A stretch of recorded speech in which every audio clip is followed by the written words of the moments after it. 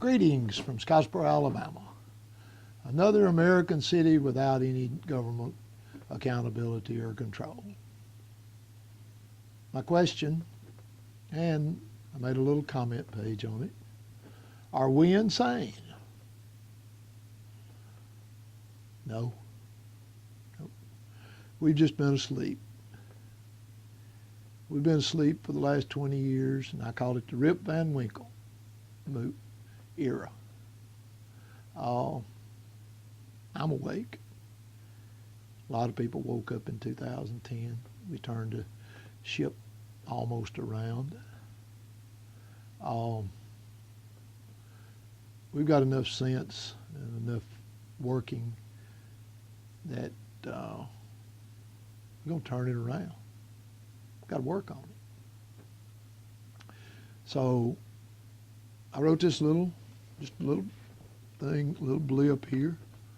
And basically, it's based on Albert Einstein's quote that the definition of insanity is doing the same thing over and over and again and expecting a different result. Now that gets into another area that I'm going to talk about and probably have to do a little graph or a little chart and maybe get in here to chalkboard to talk about my theory about that. But I think we have developed over the last 20 years what I call a triangle effect. And what we've done is taken the taxpayers' money, basically, and we make the money. It goes into taxes. They borrow money relentlessly, and you got that money. And then it goes and pushes out to some type of a vendor, let's say Blue Cross Blue Shield, and they've got a monopoly that they've purchased from the legislative people, and that's the only provider. And so they get to put the rates pretty well where they want them. And so it appears to be that way. Then that company, which is basically a vendor or a seller, and he sells, and then so he says, well, I'd like to stay the only provider in the state of Alabama. So what I'm going to do is I'm going to push some money down here because I've just been able to jack the prices up as a monopoly. So I created monopoly by the legislature. And I'm going to push some money down here through this PAC, Political Action Committee, this lobbying group. So the lobbyists for the Blue Cross Blue Shield tell the people over at the legislature what they want and the money. So you got the money, the legislator, you got the vendor, you got the PAC, and then there's a triangle. The PAC sends the money back to re-elect the bedfellow. And they tell us, boy, you need to send us back to Montgomery because we got seniority. We can do a whole lot of stuff. I heard that so much. Oh, I got you all that education money. I got you all that TVA money. If Tarzan's chimpanzee, Cheetah, I think was his name, had been senator or representative, that money's proration. It's per student, that education money. It ain't got anything to do. I mean, the monkey would have got it. But that guy takes it, and we are insane. We just keep doing the same thing. We're not a lot better off, but the senators and the representatives seem to have been able to, they're probably not better off. They just got more assets. But they got some big liabilities coming down the road on Judgment Day. White robe judges, there is a white robe judge, not a black robe. Black robers are in on it just as much. Guess who they are? Elected people. So the elected black robe judges are in the triangle. They get selected by that person. When you're selected and you got all that money that you've got from being existing down here, then whoever you want to be judge is judge. So it's insanity. But I hadn't known how it worked. I had to get into it and play with it for a little while to even have a theory about it. So I think we're going to fix it. One of my comments here, I say, it'll take several elections But the real public servants are waking up and clocking in. We must occasionally stop, though, and thank Barack, Nancy, and Harry for a shocking enough tap on the shoulder to have awakened us in 2008 and 2009. Are we going to go back to sleep this year? No, don't think so. So Albert Einstein, he's got a good definition. You can't say he's not right on target. It's insane to keep doing the same thing over and over and over again and expect a different result. But the triangle's got to be broken. We can't just keep putting people in the position of that money to spend that money on a bridge and it be $25 million and then wind up that going back to PAC or going back to their house. First of all, a person that will do that doesn't have much integrity. But when they get that thing going, how do we do that? I have a solution that I think would work. It's a toughie because the people that have legislated this bribery in this system are the ones that are going to have to unlegislate.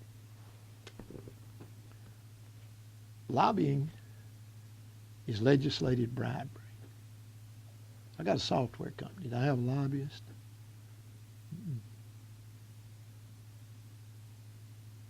I imagine there's that much worth a lobbyist that's probably worthwhile. But the rest of it is pew. It stinks. And who pays it?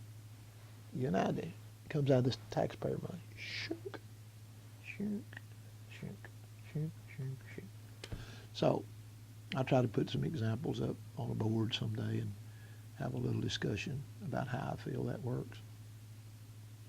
But the problem is on this about us being insane is a man goes out here and earns his money, and he's got some money in the bank. Now he's insane, and I found that out. I've looked back. Most of these people and candidates in our part of the country, in Jackson County, stuff have not been opposed. The judges get elected without being opposed. House representative gets elected without being opposed. But see, the people that really have been in on the know, I'm just like a rock fell on me. I didn't think about any of this. I never knew this happened. But all the lawyers in the courthouse and all that would like to have some of those positions, they know that we hadn't had an election system in Northeast Alabama in 20 years. We've had a selection system. So if we're going to come out of being insane, we're going to have to do it different. We're going to have some people that are qualified. We've got to beat this triangle. We've got to stop that triangle. Two things that can stop that triangle. Limit the terms to one. If you want to, don't pay any salaries. That could be number 3. No salaries, no benefits to any elected official in the United States. Don't have to do that. That may not be a bad idea. But the two things are, one is limited terms. Limit them to one. Limit a candidate to being able to serve 4 places at the most, but never at the same one twice. And outlaw lobbyists. Now the third one I think that would be good is set up a committee that would entrap these elected officials. And if a lawyer said anything about it and took it to court, put him in jail. Make it a law that at least 4 times a year or 4 times during a person's term, you sent people to try to bribe them. They take the bribe. You got it on film. First time, 20 years, hard labor. Second time, 40 years, hard labor. I'll take care of all of it. 60 years of hard labor, they're not going to be worth much anyway. Let them out. So, will that work? It'll be hard to get done. Because remember, the people that can limit the terms are the people that don't want the terms limited. unless we re-elect and people promise us that the day they go down there, they're going to put a bill in to limit the terms. Benefits all of us workers. Then we could elect a worker, a maker, not a taker, and a giver.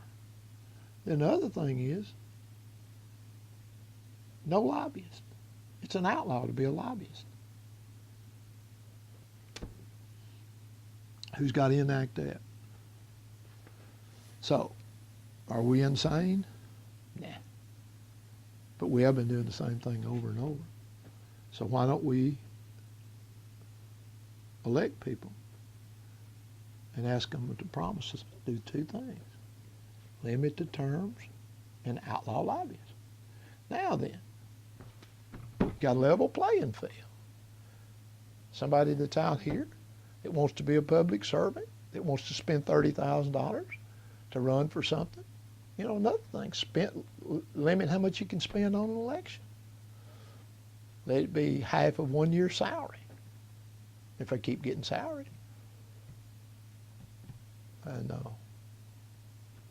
everybody's got a level playing field. It's not level. Woo, boy, it's like that. The guy that's down here, why we got people like Rahm Emanuel as the mayor of Chicago? As good a people as there is, you know, Moody Radio, all them people up there at Moody Bible Institute, you know, they're good people. They've educated some people. There's a lot of strong, sound businessmen up there.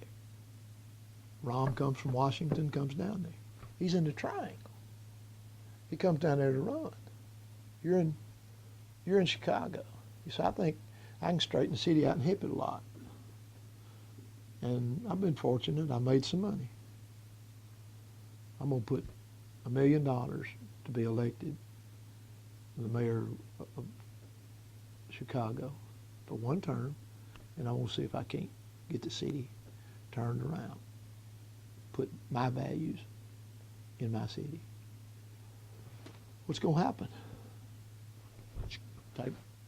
Field's not level. Rahm just picks his phone up. Lobbyist. Send me 50. 50 what? 50 million. I got a kid down here, $1 million. We need to stomp him. Oh, okay. Got you coming. That's how insane the system has gotten, in my opinion. Now, I've been working around it, but year and a half now. And I'm sure probably this view could change a little bit. But I got a lot more information and a lot more analysis and solutions for what I think we need to do. But this is huge. It is so big that quality people can't get on a level playing field to serve the cities and the states and the country. Can't do it. Do you think our founding fathers ever thought, wrote a little old book? What's that thing called? I think it's called The Declaration of Independence. And all of that. I got it here somewhere. I read it every now and then. Thought I had it somewhere. I must have carried it in my other office. Do you think that they ever thought there'd be professional politicians? They wrote that thing. Let's get it over with. We got to get back to the farm. We got to get back to work. You can't make a living in politics. No, you can't. Ought to limit 3 pages. A bill should never be over 3 pages. You know, there's all kinds of things. I mean, we're insane. I say we're not. We are. No, we're not insane. We just hadn't known what's going on. I hadn't. I've been asleep. Hadn't really cared. But thanks to Barack and Nancy and Harry, I'm going to get involved. I'm going to get involved a lot. So, got a little article here, a little insanity thing. And let's prove Albert Einstein correct. Let's quit doing the same thing. Stop it.